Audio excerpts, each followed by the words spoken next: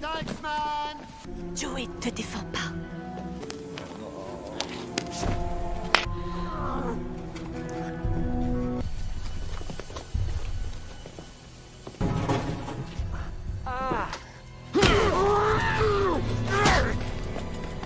Cours, Isabelle!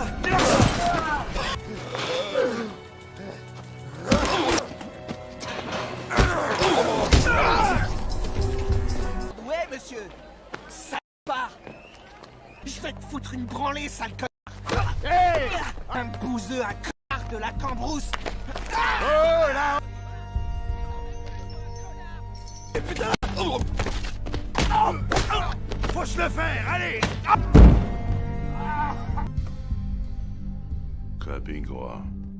Le film s'ouvre sur Jason, un soldat des forces spéciales participant à une mission en Afghanistan.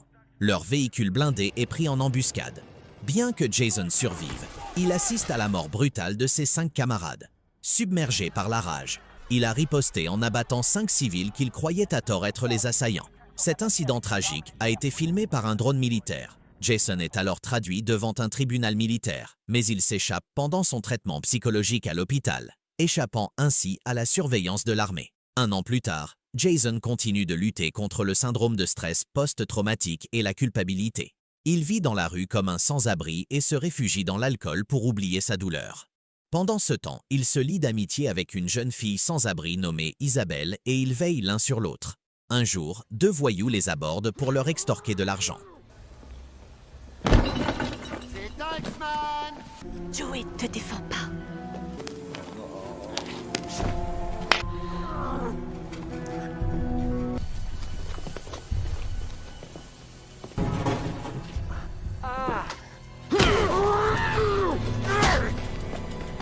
Cours, Isabelle!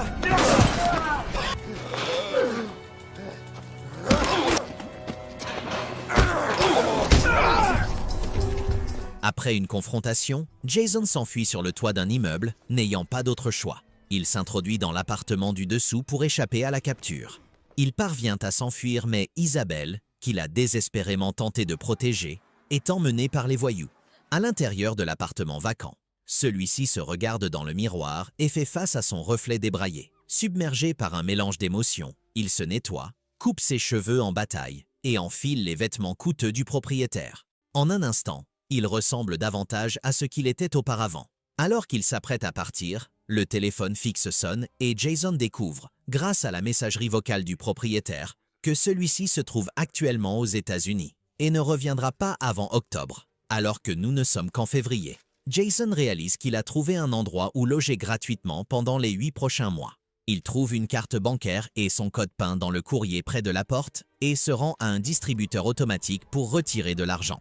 Il espère toutefois pouvoir prendre un nouveau départ. Dès qu'il retrouve ses esprits, les souvenirs de ses actions passées refont surface, le plongeant à nouveau dans le désespoir. Il se tourne donc une fois de plus vers l'alcool pour échapper à ses pensées obsédantes. Néanmoins, il reste préoccupé par la sécurité d'Isabelle. Jason, fortement intoxiqué, se rend à une soupe populaire et demande à sœur Christina où se trouve Isabelle. Tina, qui n'a pas vu Isabelle, se méfie de la nouvelle tenue de Jason, rejette ses inquiétudes, attribuant ses vêtements à un cadeau de Dieu. En remerciement du soutien de Tina, il lui offre 500 livres et lui demande de garder un œil sur Isabelle. L'argent représente une tentation importante pour Tina, qui souhaite s'acheter quelque chose pour elle-même, mais elle s'inquiète de la provenance de cette somme. Après une nuit agitée passée à réfléchir, elle décide de le remettre aux autorités, mais sa supérieure lui conseille de simplement l'utiliser. Tina comprend alors que même si elle le signalait aux autorités, celles-ci le garderaient probablement pour eux. Reconnaissant la validité de ce point de vue, elle décide de saisir l'occasion pour assister au spectacle d'adieu d'une danseuse étoile. Avec une nouvelle détermination, elle achète un billet avec les 500 livres. Pendant ce temps, la situation de Jason se détériore. Souffrant de côtes cassées et d'une blessure infectée, il sombre dans un état fébrile rempli de souvenirs douloureux et d'hallucinations.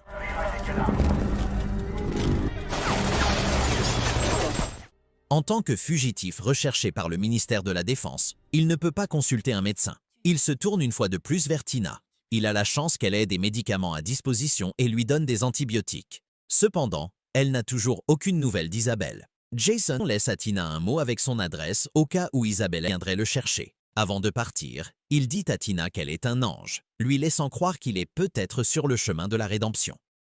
De retour à l'appartement, Jason est dégoûté par son comportement et décide de verser tout son alcool dans le l'évier. Il se résout à faire face à son passé troublant. Il prend la voiture de luxe du propriétaire et distribue des affiches de recherche d'Isabelle dans les rues. Peu après, il reçoit un message vocal de sa part. Dans ce message, Isabelle lui demande d'arrêter de la chercher, affirmant qu'elle travaille pour les voyous afin d'économiser de l'argent avant de quitter Londres et qu'elle le contactera lorsqu'elle le souhaitera. Bien que Jason éprouve un sentiment de soulagement, il ignore qu'Isabelle est contrainte à se prostituer par ces mêmes individus et que son message a été enregistré sous la contrainte. Ignorant la tragédie qui se déroule, Jason se lance dans un voyage de réinvention de soi. Il reste sobre, reprend son entraînement et trouve un emploi honnête dans la cuisine d'un restaurant asiatique. En fait, il travaille 2 fois plus pour un salaire double, car il ne se contente pas de faire la vaisselle, mais s'occupe également des clients spéciaux du restaurant. Ouais, monsieur. Salopard. Je vais te foutre une branlée, sale connard. Hey, un bouseux, un connard de la Cambrousse. Oh là. Putain! Faut se le faire, allez!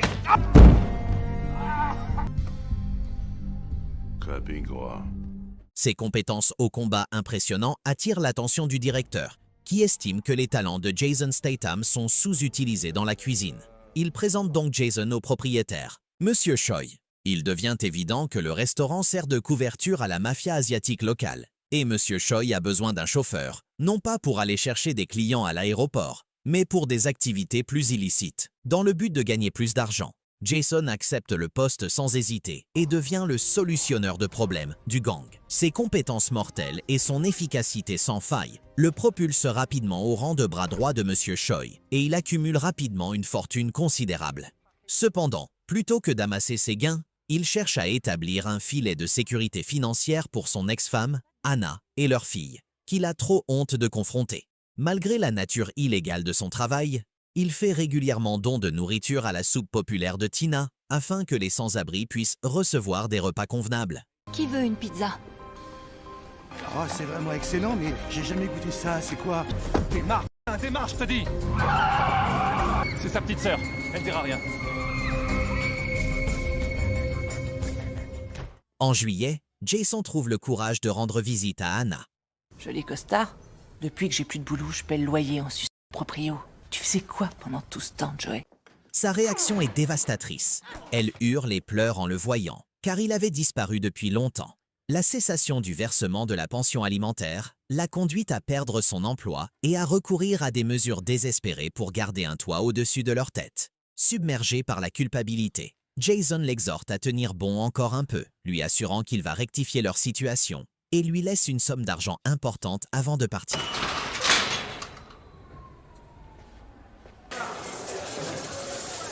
T'as eu mon invitation? Quelques jours plus tard, Tina lui annonce une nouvelle déchirante. Elle a appris par la police qu'Isabelle est décédée et lui montre des photos de son corps.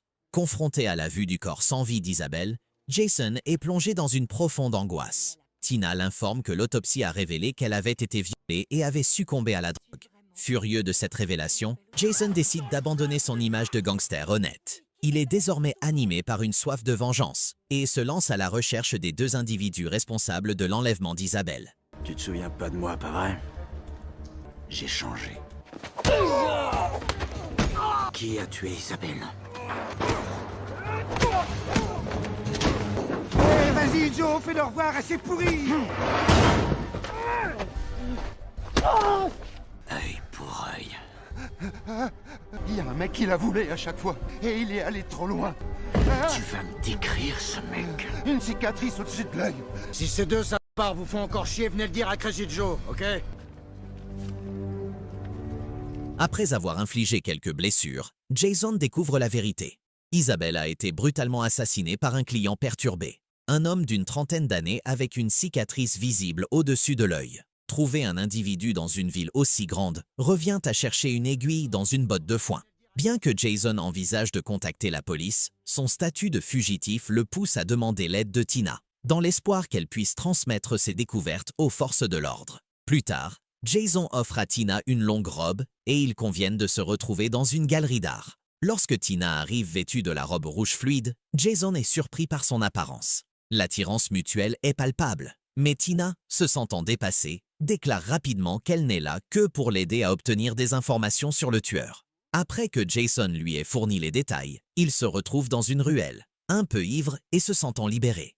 Tina se met à danser dans sa robe rouge. Oubliant le couvent et ses règles strictes, l'atmosphère devient électrique et, suivant son instinct, Tina se penche vers Jason pour l'embrasser. Cependant, dès que leurs lèvres se touchent, elle retrouve son sang-froid et s'en va brusquement. Néanmoins, ce baiser a transmis tout ce que Jason avait besoin de comprendre. Par la suite, Jason continue à travailler pour la mafia tout en attendant des nouvelles de Tina. On n'a qu'à lui dire que je lui enverrai un chèque.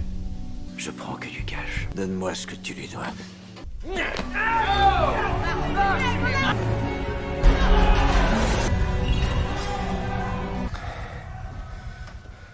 Pendant ce temps, sa présence imposante commence à attirer l'attention indésirable de la police, qui finit par retrouver Tina.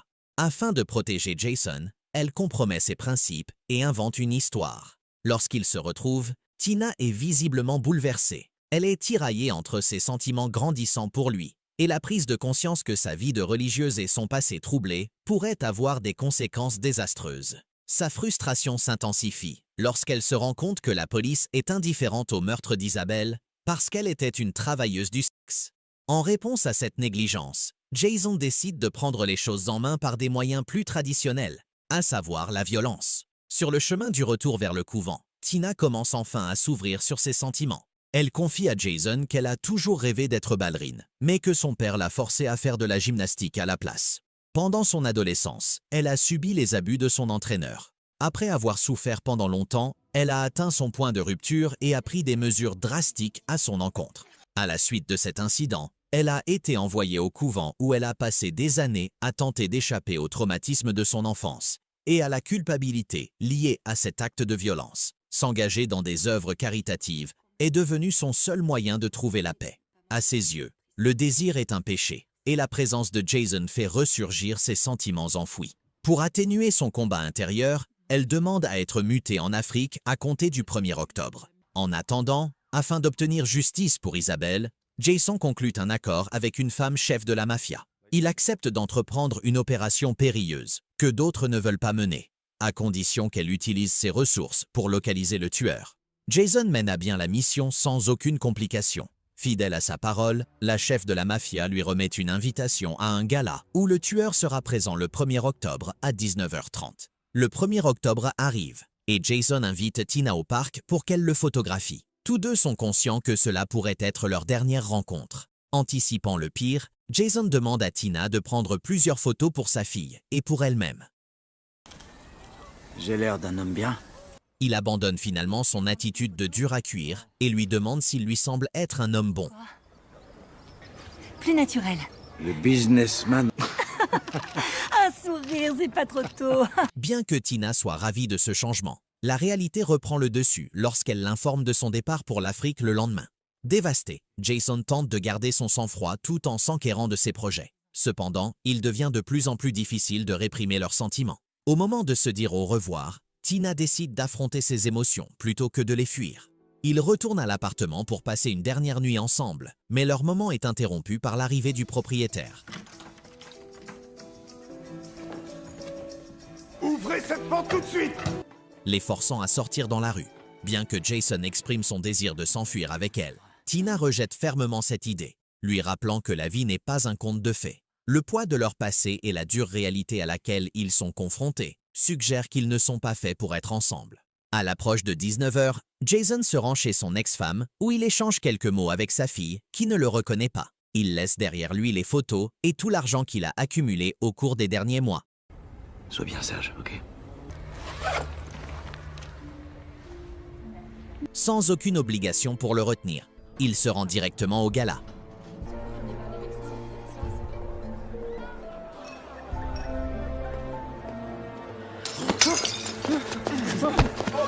Non! Non! Après avoir accompli sa tâche, Jason se retrouve une fois de plus ivre dans la rue. Tina lui met discrètement une écharpe autour du cou et s'assoit à côté de lui. Jason se réveille et finit par lui parler de son passé, lui racontant comment il a perdu le contrôle et pris la vie de 5 civils innocents, bouleversant à jamais la vie de leur famille. Ce souvenir obsédant l'a poussé à chercher du réconfort et à se réfugier dans l'alcool. Alors qu'il parle, les larmes commencent à couler. Il révèle que sous son apparence dure se cache un homme qui aspire à une vie normale.